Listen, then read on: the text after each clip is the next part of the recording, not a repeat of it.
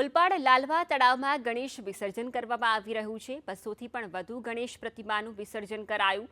તળાવો, ડભારી અને મોર દરિયા કિનારે વિસર્જન કરવામાં આવ્યું છે। ઉલપાડમાં પોલીસનો પણ ચાંપતો બંદોબસ્ત ગોઠવવામાં આવ્યો છે। વિસર્જનમાં 234નો પોલીસ કાફલો પણ ખડે પગે તૈનાત રાખવામાં આવ્યો છે। કોઈપણ પ્રકારની ભૂલચૂક ન થાય અને લોકો શાંતિપૂર્ણ માહોલની અંદર ગણેશ વિસર્જન કરી શકે તે માટે ચુસ્ત પહેરેદારી ગોઠવવામાં આવી છે।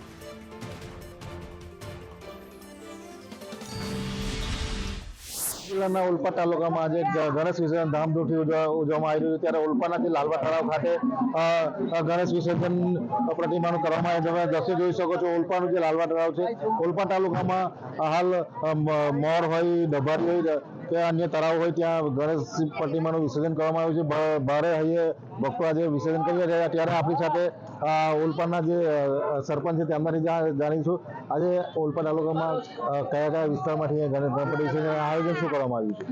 આજે 10 દિવસની ગણેશજીની પૂજા અર્ચના બાદ આજે જે વિસર્જનનો દિવસ હોય ત્યારે ઉલપાડના ઐતિહાસિક લાલવા તળાવમાં ઉલપાડ ગામ અને ઉલપાડના આજુબાજુના ગામોના વિવિધ વિસ્તારોમાંથી લગભગ 200 થી 250 જેટલી ગણેશજીની પ્રતિમાનું અહીંયા વિસર્જન કરવામાં આવે છે।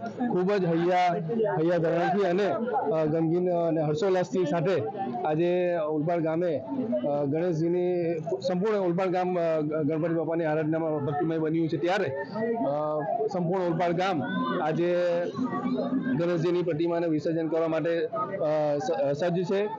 પટેલ, સંદેશ ન્યૂઝ, સુરત।